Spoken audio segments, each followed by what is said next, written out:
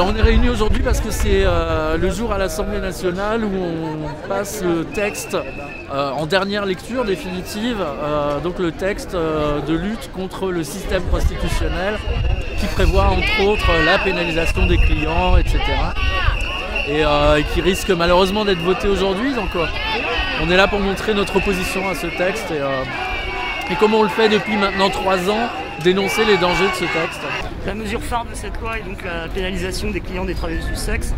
Et c'est une mesure à laquelle les associations de lutte contre le sida, toutes les associations de santé communautaire et certains collectifs féministes sont radicalement opposés.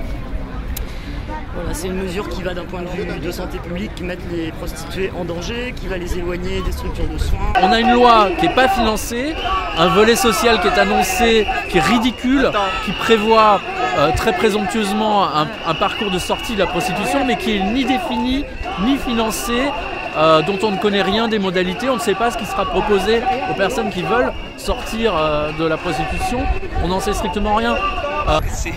C'est avant tout une loi symbolique en fait. C'était toujours affiché comme tel, une loi symbolique pour dire que la prostitution c'est mal et c'est mal d'avoir beaucoup de services à prostituer. À aucun moment en fait, dans les débats de l'Assemblée, ils se sont vraiment posé la question de savoir quel effet concret ça va avoir sur le quotidien, sur le vécu des personnes qui se prostituent. Que ce soit les personnes indépendantes ou les personnes qui sont victimes des réseaux d'exploitation. Et malheureusement, ça va avoir un impact négatif sur tout le monde, que ce soit les personnes indépendantes et encore plus sur les personnes qui sont exploitées, et ça va encore plus les enfermer dans l'exploitation parce que la prostitution va être obligée de devenir encore plus cachée qu'il ne l'est aujourd'hui. Cette loi, c'est une loi soi-disant pour pénaliser le client, mais c'est sur une base moraliste. Et au contraire, ça met en danger les travailleurs du sexe, parce que ça les éloigne des centres-villes, ça permet aussi aux clients d'avoir plus d'assises concernant les tarifs, les préservatifs, etc. Et du coup, au lieu de faire un vrai travail de protection des travailleurs du sexe, au contraire, ça les met en danger. À savoir qu'en 2003, il y a eu la loi qui a été mise en place pour le délit de racolage et on a vu comment jusqu'au présent la situation des personnes concernées s'est complètement dégradée. Par expérience, parce que dans l'accompagnement social et sanitaire que nous faisons à CPTC, on s'aperçoit comment progressivement, même si cette loi n'a pas été votée et que c'est bien aujourd'hui qu'il va avoir lieu, a dégradé la situation des personnes qui nous accompagnent.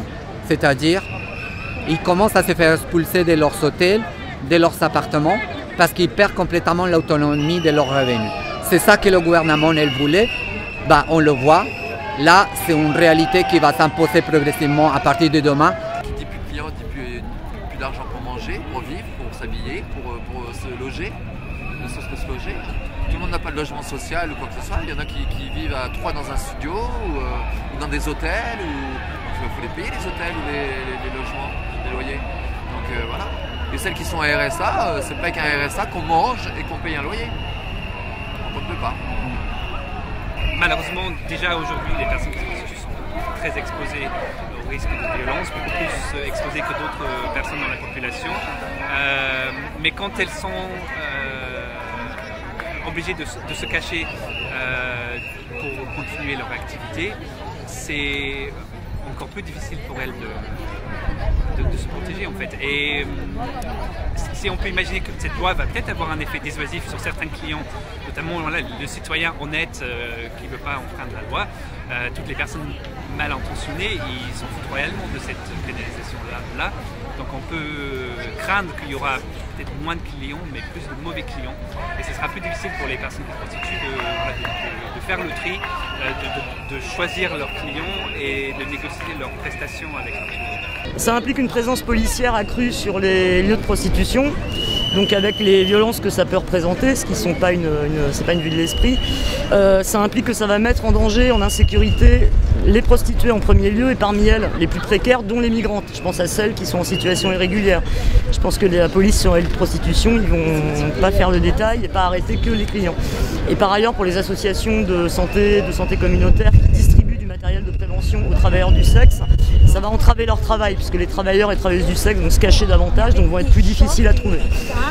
Et ça va aussi, il y a un élément important, c'est que les passes du coup vont être plus rapides, vont être faites un peu dans le speed, et ça va entraver la capacité des travailleuses du sexe à imposer notamment le port du préservatif. Ça peut réduire la marge de négociation pour imposer des moyens de prévention et notamment effectivement les capotes, et donc du coup l'explosion des contaminations notamment par rapport à VIH. C'est vraiment le point qu'on porte et que toutes les associations de santé ici apportent. La prostitution va devenir plus dispersée, les personnes vont être plus isolées, les unes des autres, vont travailler dans des lieux plus clos, plus enfermés, et ça va être très difficile pour nous en tant qu'association de garder un contact avec elles, de rentrer en contact avec les nouvelles personnes qui commencent cette activité et de garder cette lien de confiance qui est essentielle pour notre travail. Et donc ça aussi, ça risque d'augmenter les risques et les dangers auxquels elles sont confrontées. De toute façon, à l'heure actuelle, les travailleuses du sexe peuvent par exemple pas exercer ensemble dans un même appartement. Voilà, donc quand elles n'auront plus d'appartement, qu'elles pourront plus... elles peuvent déjà pas racoler, mais voilà, et qu'elles n'auront plus de clients, qui sera au mieux à même de leur en fournir? Ce sera les réseaux.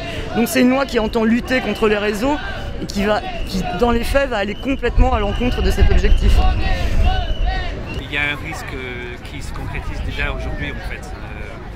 Chaque fois qu'on reparle de cette loi, les personnes avec lesquelles on travaille constatent une baisse de leur clientèle, et à chaque fois, il y a de plus en plus de femmes qui font le choix d'aller travailler sur Internet. Sur Internet, il y a énormément de situations différentes avec des personnes qui travaillent de manière totalement indépendante, mais pour les femmes avec lesquelles nous on travaille, des personnes migrantes qui ne maîtrisent pas toujours l'outil informatique, qui ne parlent pas toujours français, si elles veulent travailler sur Internet, c'est très souvent par le biais d'intermédiaires, grosso modo des patrons qui vont organiser leur travail, qui vont trouver des appartements, qui vont mettre en place leurs annonces et qui vont prendre le grand parti de leurs revenus. Donc ça les met entre les mains de ces personnes-là, ce qui fait qu'elles perdent en autonomie. Et on parlait tout à l'heure des violences, lorsqu'elles sont victimes de violences, mais qu'elles sont sous le coup d'un patron comme ça, le patron n'a aucun intérêt à ce que la personne contacte la police, donc parce que lui il risque gros. Donc, oui, parce que ça s'appelle pas patron, ça s'appelle proxénète. Voilà, ça s'appelle proxénète, tout à fait.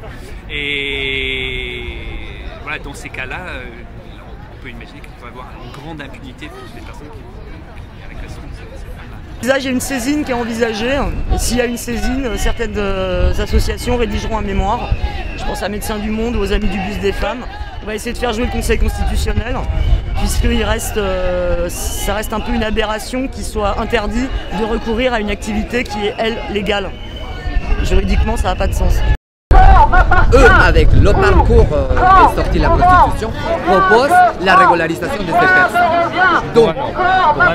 Donc, mais on marche à contresens parce que de l'autre côté, on sait qu'il y a des oppositions très claires pour dire qu'on ne va pas régulariser en masse de personnes. Mais à côté de ça, il faut rajouter le fait qu'en France, c'est interdit de ficher les personnes, qu'elles soient homosexuelles, qu'elles soient prostituées. Et pourquoi une personne doit se rendre maintenant à la préfecture et dire monsieur le commissaire, je suis prostituée et je vais rentrer dans un parcours de sortie prostitution.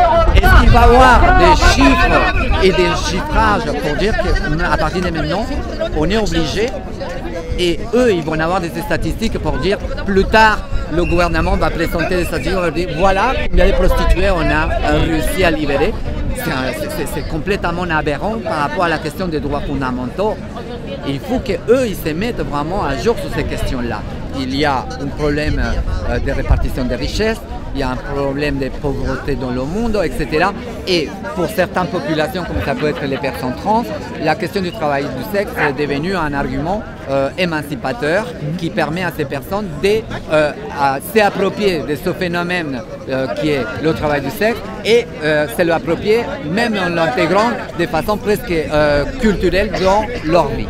Et aujourd'hui, ça leur permet d'être autonomes, d'avoir une dignité, de manger, de s'habiller, d'aider leur famille, d'acheter une maison qui est le rêve de toute personne. Beaucoup ils vont vous dire qu'ils ne souhaitent pas abandonner le travail du sexe parce qu'ils ont fait aussi la différence Les gens, ils sont complètement adultes et intelligents pour savoir qu'avec un SMIC en France ou avec une allocation proposée par le gouvernement pour la sortie de la prostitution de 370 €, jamais vont pouvoir s'en sortir. Donc, la question, elle est claire. Ces personnes qui sont là, ce n'est pas des victimes, c'est des personnes complètement libres, indépendants, qui sont en face aussi à d'autres difficultés de classe sociale, des questions d'identité de genre, etc., etc. Mais surtout, c'est des personnes qui assument le travail du sexe comme un vrai métier.